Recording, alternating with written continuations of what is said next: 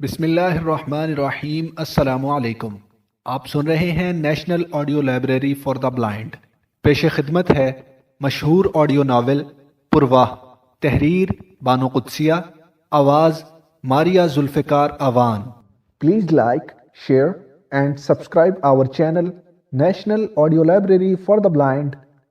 بغیر بازوؤں والے سرخ صوفے پر صوفیہ تنہا بیٹھی تھی اور اختر ریڈیوگرام پر ریکارڈ بدل رہا تھا۔ ہاؤسنگ سوسائٹی میں خوبصورت بنگلے کے آدھے حصے میں آنا رہتی تھی اور اس کی چھوٹی سی لان کے سامنے پورچ میں زرد کار کھڑی تھی۔ ابھی تک اختر کو وہ وقت یاد آ رہا تھا جب ہوٹل کے سامنے آنا اپنی کار میں بیٹھی تھی تو صوفیہ کے چہرے پر عجیب قسم کا تذبذب اور ہچکچاہٹ عیاں تھی۔ اپنے پاس سیٹ کی طرف اشارہ کرتے ہوئے انا نے کہا تھا، دونوں آگے آ جاؤ، بہت کافی جگہ ہے۔ صوفیہ نے اختر کی طرف دیکھ کر پھر ہوٹل کی طرف دیکھا تھا، گویا اب بھی واپس جانے کا بہانہ تلاش کر رہی تھی۔ پھر جب اختر نے آگے بڑھ کر بائیں ہاتھ کا دروازہ کھول دیا تو وہ سمٹی ہوئی بیٹھ گئی انا کے ساتھ۔ اختر ان دونوں سے ہٹ کر کھڑکی کی طرف لگ کر بیٹھ گیا۔ انگوٹھے والی سلپروں سے تنگ ٹو والے بوٹ بالکل فٹ بھر دور تھے۔ آنا نے اپنا پرس اور اینکیں صوفیہ کی گود میں پھینک دیں اور جھٹکے کے ساتھ کار روانہ کرتے ہوئے گانے لگی، for he is jolly good fellow. Akhtar اپنی کانوننٹ کی زندگی میں اس گیت کی رگ رگ سے واقف تھا۔ اس نے اپنی آواز اٹھائی اور آنا کے ساتھ مل کر اونچے اونچے گانے لگا۔ صوفیہ کی نظریں اپنی گود میں پڑے ہوئے پرس پر جمی رہیں اور ایک بار پھر اختر کی جانب نہ اٹھیں۔ اختر کو محسوس ہوا وہ کہیں دور جا چکی تھی۔ صوفیہ گرے قالین پر اپنے سلیپروں والے پیر دھرے اکیلی لمبے صوفے پر بیٹھی تھی۔ بادامی اور سرخ پردوں پر ڈرائنگ روم کی بتیوں نے عجب جادو کر رکھا تھا اور انہوں نے جادو باقی کمرے کے فرنیچر پر منعکس کرنے کی ٹھان لی تھی۔ کمرے کے وسط میں شیشے کی لمبی میز پر کاک ٹیل کے 3 گلاس دھرے ہوئے تھے۔ انا بولی، آؤ آج اس نئی دوستی کا ٹوسٹ کریں۔ شربتی رنگ کے ننھے ننھے کٹ گلاس آبگینوں میں ارغوانی آگ دم سادے بیٹھی تھی۔ اختر کو اپنے حلق میں جلن سی محسوس ہوئی، کسی بچھڑے ہوئے ساتھی کو گلے لگانے کی تمنا جی کو محسوس کر رہی تھی۔ اس نے گلاسوں کی تعریف کرتے ہوئے آہستہ سے کہا، افسوس انا، میں شراب نہیں پیتا۔ لمبے سرخ صوفے پر بیٹھی ہوئی لڑکی کو یکدم جنبش ہوئی۔ اس نے سیاہ آنکھیں اٹھائیں اور نہایت تشکر آمیز نظروں سے اس کا شکریہ ادا کیا۔ بہت مہنگی شراب ہے، آنا نے ترغیب دلاتے ہوئے کہا۔ ایمان شراب سے بھی مہنگا ہوتا ہے انا، اس نے محض صوفیہ کو موہنے کی خاطر کہا۔ کیا معنی؟ آنا نے اپنا گلاس ہونٹوں سے لگا کر پوچھا۔ کیا مذہب میں یہ شے حرام ہے؟ لیکن سبھی پیتے ہیں، اس نے خفیف ہو کر بات کی۔ وہ لوگ نہ شراب کی قیمت جانتے ہیں نہ ایمان کی۔ صوفیہ اپنی جگہ سے اٹھ کر اس کی طرف آ گئی اور آہستہ سے بولی، اس وقت تو تمہارے دل پر آری چل رہی ہوگی، دل پر نہیں زبان پر۔ دل میں تو عجیب قسم کی خوشی ہو رہی ہے۔ انا کے ڈرائنگ روم میں ہر چیز نئی تھی، ہر چیز قیمتی تھی اور ہر چیز غیر ملکی لگتی تھی۔ موٹے سے گرے رنگ کے قالین پر 3 صوفے تھے، بغیر بازو کے ان صوفوں کی پشت پر گہرا زرد اور سامنے والی سیٹوں پر بھڑکیلا سرخ کپڑا چڑھا تھا۔ باہر برآمدے میں کھلنے والے دروازے کے دائیں جانب کی میز پر ٹیپ ریکارڈ اور بائیں طرف بڑا سا ریڈیوگرام تھا۔ عین کمرے کے وسط میں ایک خوبصورت شمعدان لٹک رہا تھا جس میں اس وقت بجلی کے بلب روشن تھے۔ ان چیزوں کے علاوہ شیشے لگی نیچے الماری میں چند کتابیں اور البم تھے اور الماری کے اوپر ایک نازک سا گلدان تھا جس میں گلاب کے 3 سفید پھول بڑی ہنرمندی سے سجائے ہوئے تھے۔ خانے والے دروازے کے ایک طرف پیانو دھرا تھا جس طرف انسان نکل سکتا تھا، تو دوسری طرف ایک چھوٹا سا دیوان تھا جس پر کئی فلمی رسالے گڈمڈ پڑے تھے۔ اسی دیوان کے اوپر ایک ہی قطار میں دیوار پر پاکستان کے چند آرٹسٹوں کی کچھ تصویریں لٹک رہی تھیں اور پیاز کے اوپر مری اور ہزارے کی بنی ہوئی 3 رنگین چنگیریں آویزاں تھیں۔ آنا اختر کی مدد سے درمیانی شیشے کی لمبی میز ایک طرف کرنے لگی تو صوفیہ اٹھ کر کتابوں کی الماری کے پاس جا کر کھڑی ہو گئی۔ اختر کو آنا نے حکم دیتے ہوئے کہا،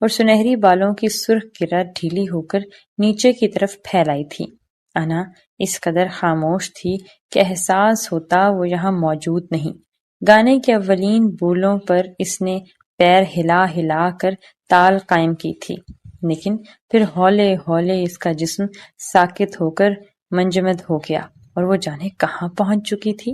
اختر کی نگاہیں اس پھول پر جمی تھیں جو لمبی سی چوٹی کے سرے پر لگا تھا۔ آج سے پہلے اگر کوئی سے کہتا کہ فلاں لڑکی کے بال لمبے ہیں تو وہ فوراً کہتا کٹوا دو، صورت نکل آئے گی۔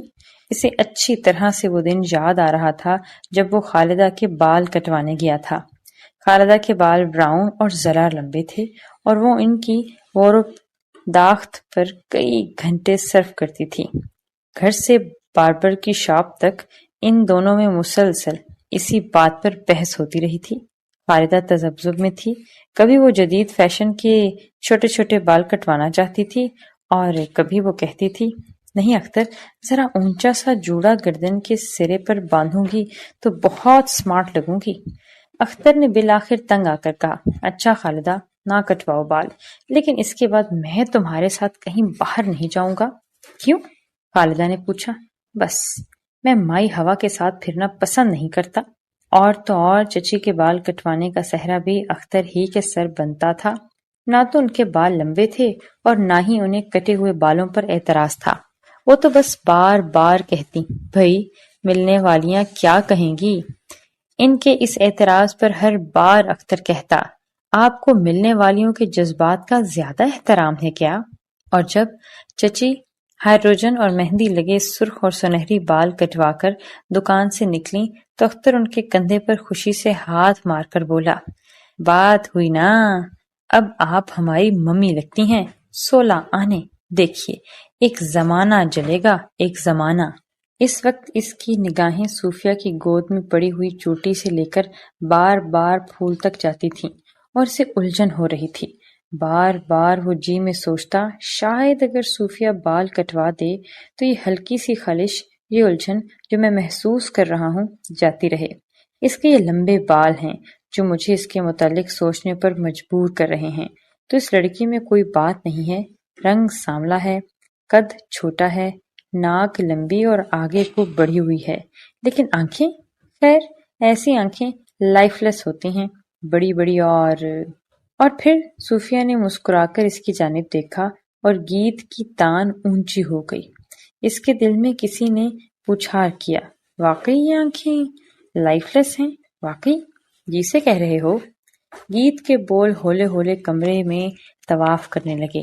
انہوں نے آنا کے اسکرٹ پر جال پھیلا دیا، اس کے بالوں میں جالے بننے لگے، بجھی ہوئی شمعدان میں جا گھسے اور چھت سے ٹکرا ٹکرا کر اختر کی طرف لوٹنے لگے۔ یہ گیت ان گانوں سے بہت مختلف تھے جسے سننے کی اسے عادت تھی، جس کی تال پر وہ خالدہ کو باہوں میں لے کر ناچنا چاہتا تھا۔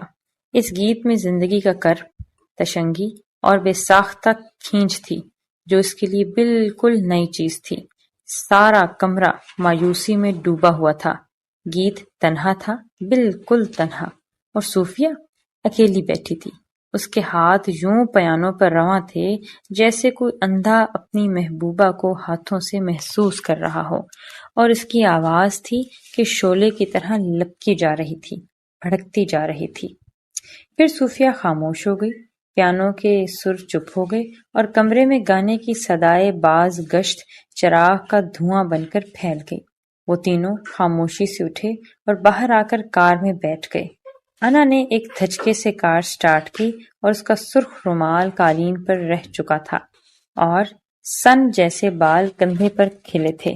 صوفیہ کے بالوں کا پھول ذرا سا ایک طرف کو جھکایا تھا اور اس میں شام والی تازگی باقی نہ رہی تھی۔ وہ تینوں خاموش تھے۔ پھر کار کو دھچکے لگاتی ٹریفک سے بچاتی صوفیہ نے پوچھا وہ گیت تم نے گایا تھا صوفیہ؟ اس کے کیا معنی تھے؟ مجھے یہ گیت ضرور سکھا دو، میں روم جا کر سینٹ پیٹر کے آگے اسے گاؤں گی، وہاں بہت کبوتر رہتے ہیں، میرا گانا سن کر وہ ارد گرد اکٹھے ہو جائیں گے اور میں تمہیں یاد کروں گی، اس شام کو یاد کروں گی۔ صوفیہ گیت کا ترجمہ کرنے لگی۔ پہلے وہ بنگالی کے بول دہراتی، پھر انگریزی میں ان کا مفہوم بیان کرتی۔ اس وقت اس کی آواز میں گیت سے بھی زیادہ ترنم تھا۔ یوں لگتا تھا جیسے وہ اپنی کلاس میں ننھے ننھے بچوں کو مسحور کیے کہانی سنا رہی ہو۔ بچوں کے منہ کھلے ہیں اور ان کی آنکھوں میں ایک انجان دیس کی اندیکھی فضا ہے۔ اس دیس میں چلنے والی ہواؤں کا سحر ہے اور وہ طلسمات ہیں جو صرف خوابوں میں پورا ہوا کرتے ہیں۔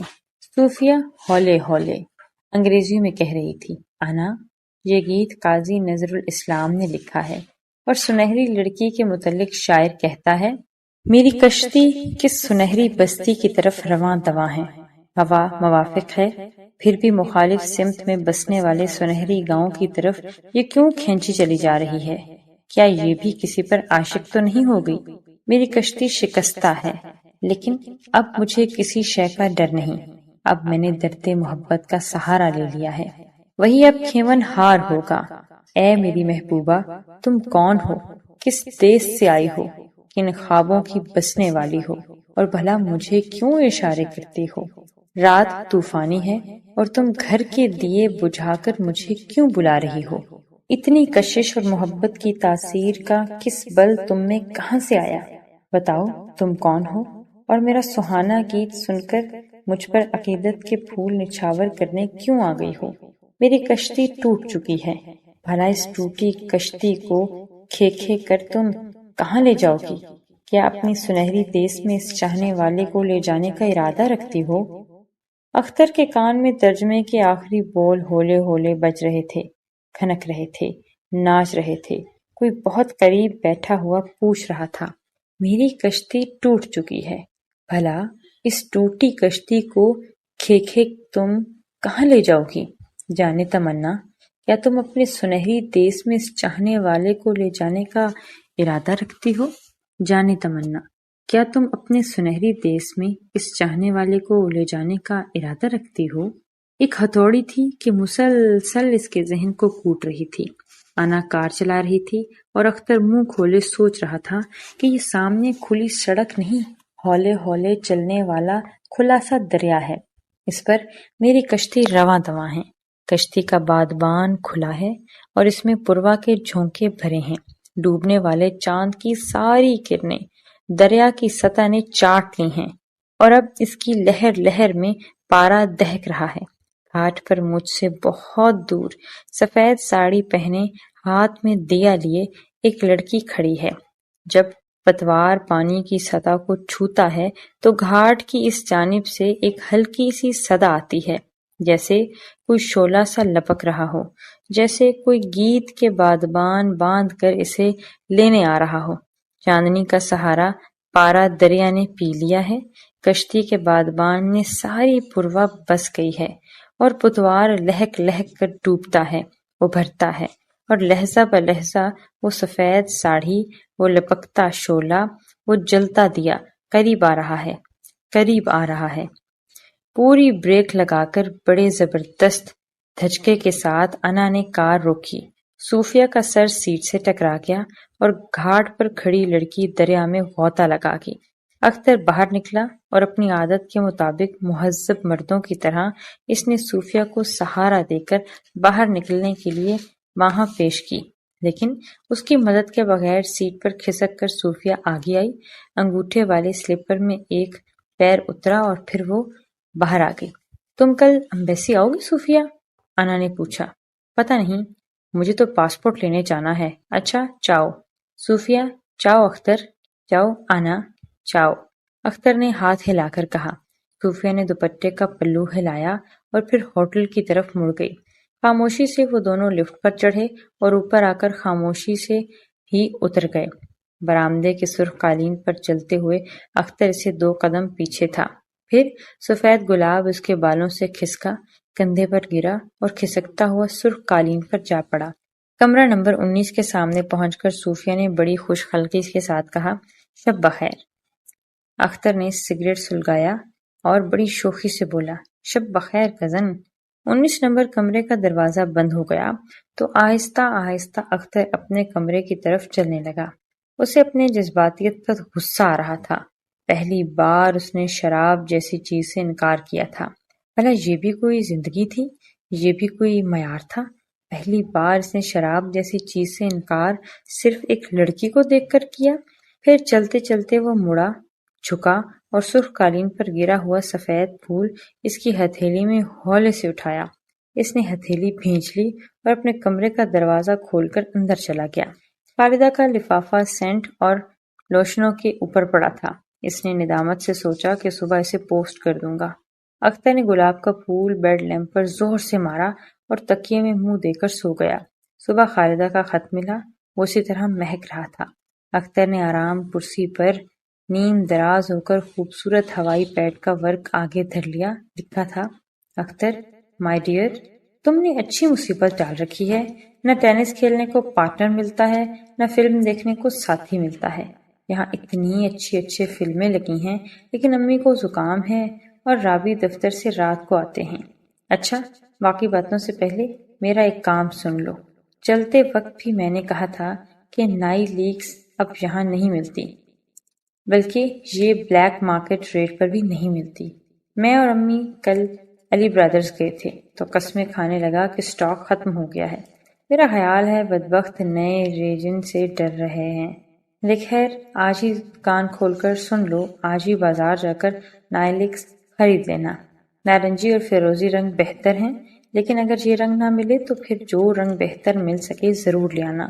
قمیض کے لیے 3 گز اور بلاؤز کے لیے 1.5 گز، یعنی کل 9 گز نائلکس چاہیے، لیکن خیال رہے رنگ مختلف ہوں ایک دوسرے سے۔ اور ہاں، ایک اسکینڈل سنو، وہ اپنے ساتھ والی کوٹھی کی زرینہ ہے نا، وہی زرینہ اور واجد علی کل رات بدبخت نے خودکشی کر لی۔ مسز واجد علی تو کہتی ہے کہ غلطی سے رات سانولر کی گولیاں زیادہ کھا گئی تھیں، لیکن سب جانتے ہیں کہ بیوقوف نے پروفیسر منیر احمد کی خاطر جان دی ہے۔ اختر بھائی، کیا زمانہ آ گیا ہے، اب لڑکیاں ماں باپ کو کچھ سمجھتی ہی نہیں۔ اب شادی بیاہ میں بھی اپنی مرضی سے رچائیں گی۔ بھلا ماں باپ جہاں شادی کریں گے کچھ دیکھ کر ہی کریں گے، کچھ سیکیورٹی ہوگی، کچھ لڑکے کا مستقبل ہوگا۔ مجھے تو اتنی دیدہ دلیری باخدا پسند نہیں۔ میں تو کہتی ہوں مسز واجد علی نے غلطی کی۔ زرینہ کا بیاہ پروفیسر سے کر دیتی، جب 300 روپے میں گزارا کرنا پڑتا آپ ہی آپ ماں باپ کے گھر آ جاتی۔ لیکن بھائی، مسز واجد علی پروفیسر سے بیاہ کیوں کر دیتی؟ ان کے اسٹینڈرڈ کا بھی ہوتا۔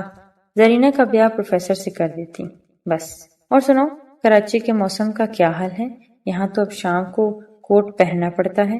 امی نے پرسوں مسز شیخ کے ڈنر پر ذرا شوخی دکھائی تھی اور بغیر کسی گرم کپڑے کے شفون کی ساڑھی پہن کر گئی تھیں، تو اب زکام سے پڑی ہیں۔ ڈاکٹر راحت بیگ صبح آئے تھے، تمہارا پوچھ رہے تھے وہ ڈینڈی کہاں گیا۔ آج دوائیوں کے معاملے میں کوئی مشورہ دینے والا موجود نہیں، خوب کہکا پڑا۔ لو، زری کا فون آ گیا، کم بخت اسی وقت فون کرتی ہے جب اس سے بات کرنے کو جینا چاہے۔ دیکھ لینا، نوٹس مانگے گی۔ اور تم لکھ رکھو، میری بات محترمہ اس بار بھی فائنل میں فیل ہوں گی۔ ہاں سچ، رات مسز توصیف علی آئی تھیں، تمہارا بہت پوچھ رہی تھی۔ اچھا، اب اجازت دو، تمہاری خالدہ۔ خالدہ خط پڑھ کر اختر نے لمبی انگڑائی لی۔ اس خط نے اس کی طبیعت پر ویسا ہی اثر کیا جیسے عسل مندی کے وقت فروٹ سالٹ پی کر جی بہلایا جاتا ہے۔ اس نے بڑے جوش اور شور کے ساتھ خالدہ کے خط کو بوسہ دیا اور اونچے سے بولا، ابھی جانے من، ابھی نائلکس لینے جاؤں گا، اور 9 گز کی کیا شرط ہے، سب رنگ خریدوں گا، جتنے بھی رنگ ملے۔ 11 بج رہے تھے اور آج پھر اس نے صبح ناشتہ نہ کیا تھا۔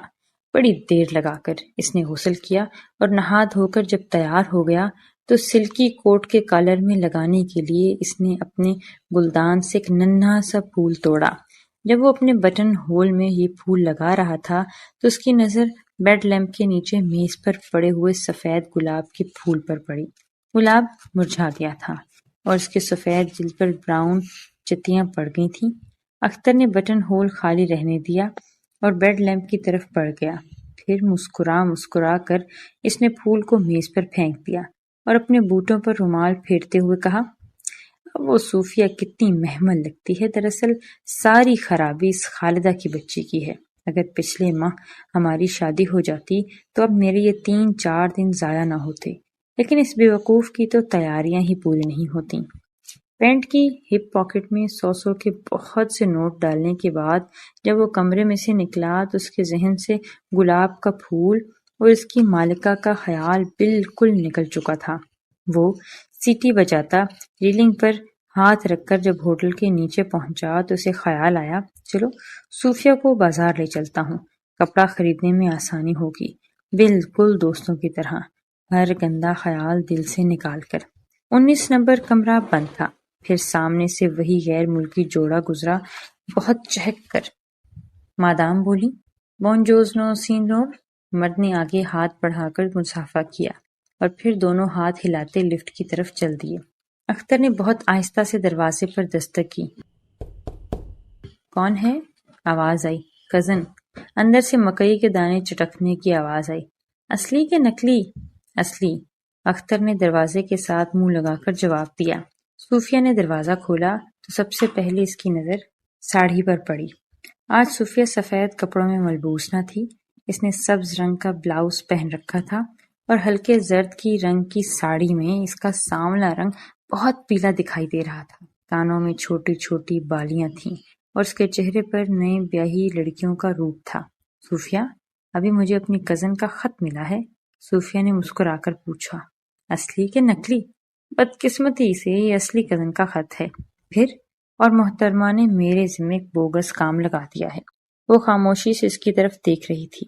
مجھے کچھ کپڑا خریدنا ہے نا نائلکس، اگر تم ساتھ چلو تو آسانی سے رنگ وغیرہ چن سکوں گا۔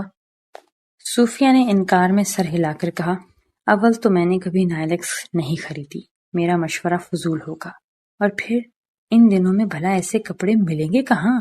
ملنے ولنے کی بات آپ رہنے دیں، اس نے وثوق سے بات کی، آپ ذرا چلنے کا تردد کیجیے، مجھے ایمبیسی جانا ہے۔ اس نے عذر خواہی کی، ایک تو مجھے اس ایمبیسی سے چڑ ہو چلی ہے، یا تو آپ چلیں ورنہ میں آپ کو اٹھا کر لے جاؤں گا۔ وہ ہنستی، واقعی؟ جی ہاں، ذرا سا کام ہے، سو وہ بھی آپ حق ہمسایہ ادا نہیں کر سکتی؟